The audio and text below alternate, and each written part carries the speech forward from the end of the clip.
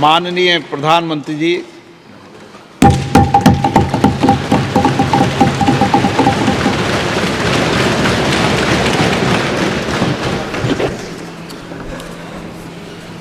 आदरणीय अध्यक्ष महोदय, ये सदन का सौभाग्य है कि आप दूसरी बार इस आसन पर विराजमान हो रहे हैं। आपको और इस पूरे सदन को मेरी तरफ से मैं बहुत बहुत बधाई देता हूं।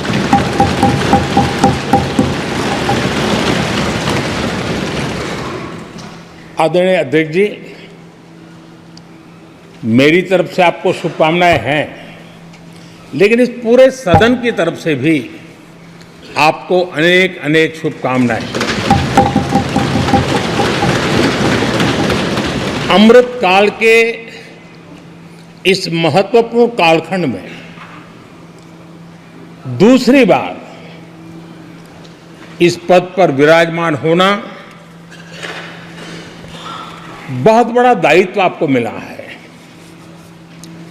और आपका 5 वर्ष का अनुभव और आपके साथ हम लोगों का 5 साल का अनुभव, हम सबका विश्वास है कि आप आने वाले 5 साल हम सबका मार्गदर्शन भी करेंगे और देश की आशा अपेक्षाएं पूर्ण करने के लिए ये सदन अपना दायित्व निभाने में आपकी बहुत बड़ी भूमिका रहेगी। आदरणीय अध्यक्ष जी, हमारे शास्त्रों में कहा गया है कि विनम्र और व्यवहार कुशल व्यक्ति सफल सहज रूप से होता है और आपको तो उसके साथ साथ एक मीठी मीठी मुस्कान भी मिली हुई है। आपके चेहरे को ये मीठी मीठी मुस्कान पूरे सदन को भी प्रसन्न रखती है। मुझे विश्वास है आप हर कदम पर नए प्रतिमान, नए कीर्तिमान गढ़ते आए हैं। 18वीं लोकसभा में स्पीकर का कार्यभार दूसरी बार संभालना ये अपने आप में एक बड़ा नया रिकॉर्ड बनते हम देख रहे हैं। श्री बलराम जाखड़ जी वो पहले ऐसे अध्यक्ष थे जिन्होंने 5 साल कार्यकाल पूरा करके फिर दोबारा उनको स्पीकर बनने का अवसर मिला था। उसके बाद आप हैं जिन्हें 5 साल पूर्ण करने के बाद दोबारा इस पद पर आसीन होने का अवसर मिला। गत 20 साल का एक ऐसा कालखंड रहा है कि ज़्यादातर स्पीकर या तो उसके बाद चुनाव नहीं लड़े हैं या तो जीत करके नहीं आए हैं। आप समझ सकते हैं कि स्पीकर का काम कितना कठिन है कि उसके लिए दोबारा जीतना मुश्किल हो जाता है, लेकिन आप जीत करके आए हैं, इसके लिए एक नया इतिहास आपने गढ़ा। आदरणीय अध्यक्ष जी, इस सदन में ज़्यादातर हमारे सभी माननीय सांसद आपसे परिचित हैं, आपके जीवन से भी परिचित हैं और पिछली बार मैंने इस सदन में आपके संबंध में काफ़ी कुछ बातें रखी भी थी और मैं आज उसको दोहराना नहीं चाहता हूं, लेकिन मैं एक सांसद के रूप में और हम सभी सांसद के रूप में आप जिस प्रकार से एक सांसद के नाते काम करते हैं, ये भी जानने योग्य है और बहुत कुछ सीखने योग्य है। मुझे विश्वास है कि आपकी कार्यशैली एज ए सांसद भी हमारे जो फर्स्ट टाइमर सांसद हैं, हमारे युवा सांसद हैं, उनको जरूर प्रेरणा देगी। आपने अपने कार्यक्षेत्र में, संसदीय क्षेत्र में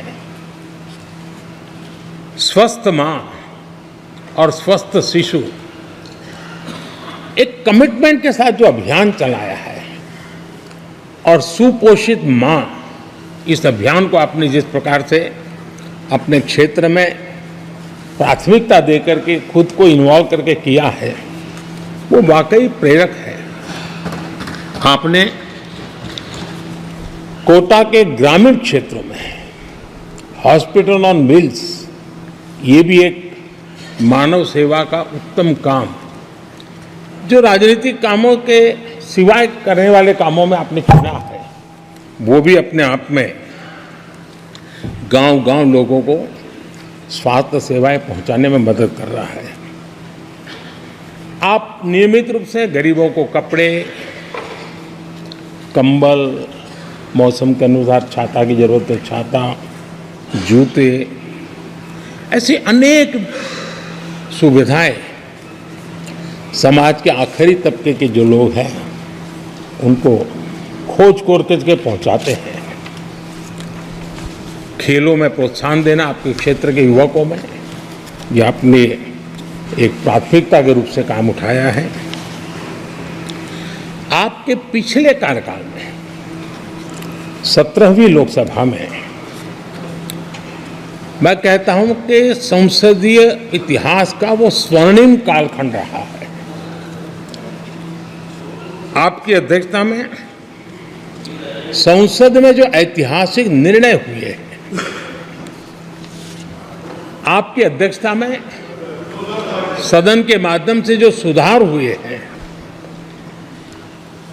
ये अपने आप में एक सदन की भी और आपकी भी विरासत है।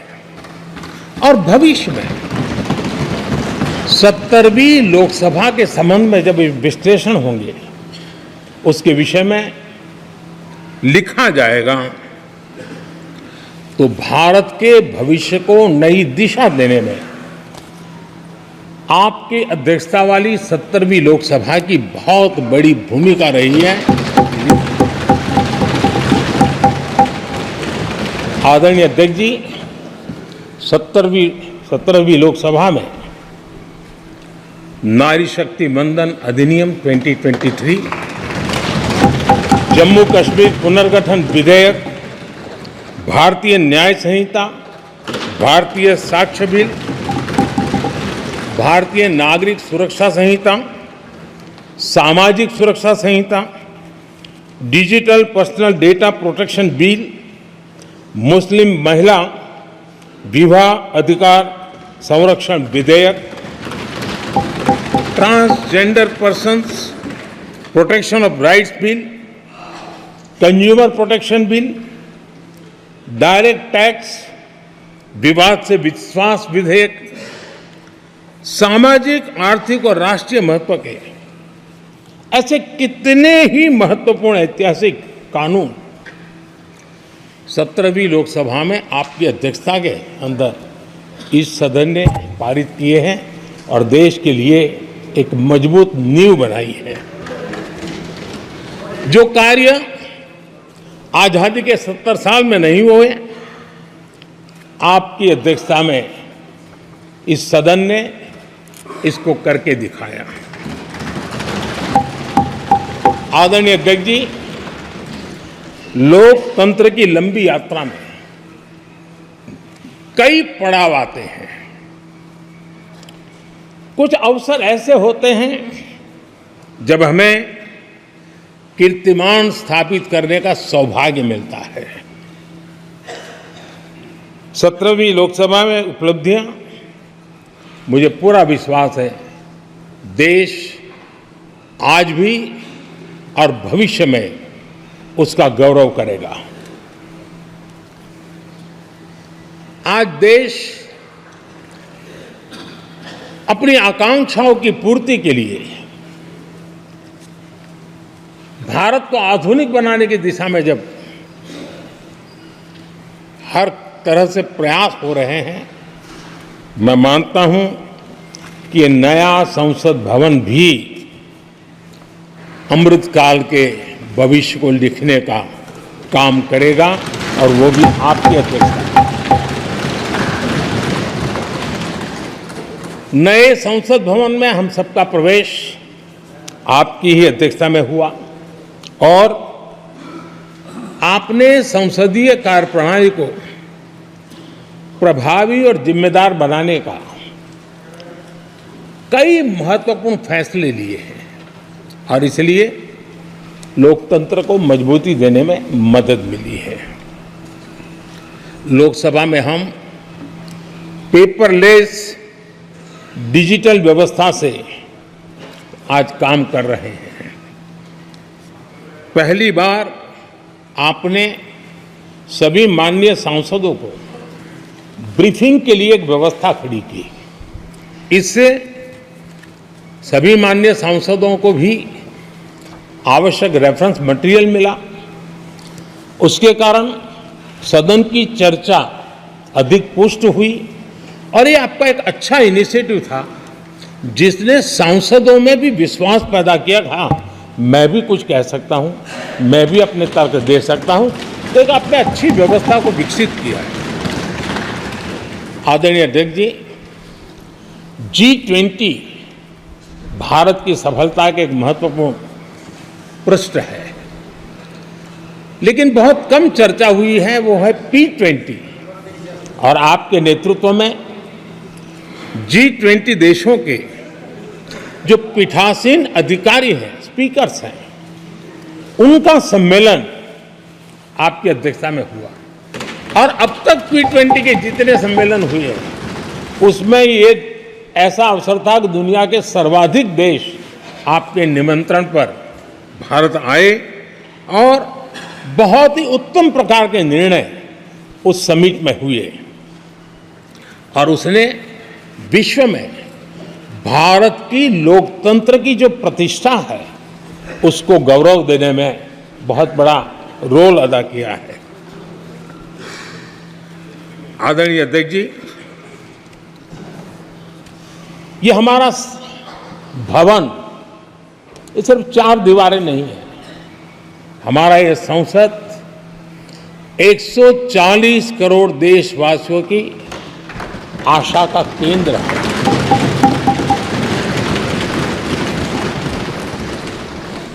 संसद की कार्यवाही, जवाबदेही और आचरण हमारे देशवासियों के मन में लोकतंत्र के प्रति जो उनकी निष्ठा है उसको और अधिक मजबूत बनाता है। आपके मार्गदर्शन में 17वीं लोकसभा, उसकी प्रोडक्टिविटी 25 साल के हाईएस्ट लेवल पर 97% रही, और इसके लिए सब माननीय सदस्य तो अभिनंदन के अधिकारी हैं, लेकिन आप विशेष अभिनंदन के अधिकारी हैं। कोरोना जैसे मुश्किल कालखंड में आपने हर सांसद से व्यक्तिगत फोन पर बात करके उनका हाल पूछा।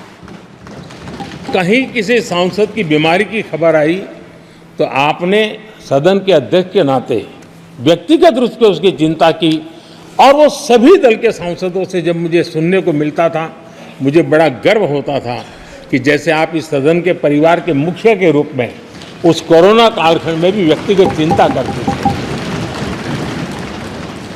कोरोना काल में भी आपने सदन का काम रुकने नहीं दिया। सांसदों ने भी आपके हर सुझाव को सर आंखों पे चढ़ाया। किसी को ऊपर बैठने के लिए कहा तो वो वहां जाके बैठा, किसी को दूसरे जगह पे जाके बैठने के लिए कहा तो वो भी बैठा, लेकिन देश के काम को किसी ने रुकने नहीं दिया। लेकिन आपने ये जो फैसले किए उसका परिणाम है कि हम उस कठिन कालखंड में भी कार्य कर पाए। और एक खुशी की बात है कि कोरोना काल में सदन ने 170% प्रोडक्टिविटी, ये अपने आप में दुनिया के लिए एक बहुत बड़ी खबर है। आदरणीय अध्यक्ष जी, हम सब चाहते हैं कि सदन में आचरण, सदन के नियमों का पालन हम सब करें, और आपने बड़े सटीक तरीके से, संतुलित तरीके और कभी कभी कठोरता के साथ भी फैसले लिए हैं। मैं जानता हूं कि ऐसे निर्णय आपको पीड़ा भी देते हैं, लेकिन सदन की गरिमा और व्यक्तिगत पीड़ा में आपने सदन की गरिमा को पसंद किया और सदन की परंपरा को बनाने का प्रयास किया। ये साहसपूर्ण काम के लिए भी आदरणीय अध्यक्ष जी, आप अभिनंदन के अधिकारी हैं। मुझे विश्वास है आदरणीय अध्यक्ष जी, आप तो सफल होने ही वाले हैं, लेकिन आपकी अध्यक्षता में यह 18वीं लोकसभा भी बहुत सफलतापूर्वक देश के नागरिकों के सपनों को पूर्ण करेगी। मैं फिर एक बार आपको इस महत्वपूर्ण दायित्व के लिए और देश को विकास की नई ऊंचाइयों पर ले जाने वाले इस सदन की अध्यक्षता के लिए हृदय से बहुत बहुत शुभकामनाएं देता हूं, बहुत बहुत बधाई देता हूं।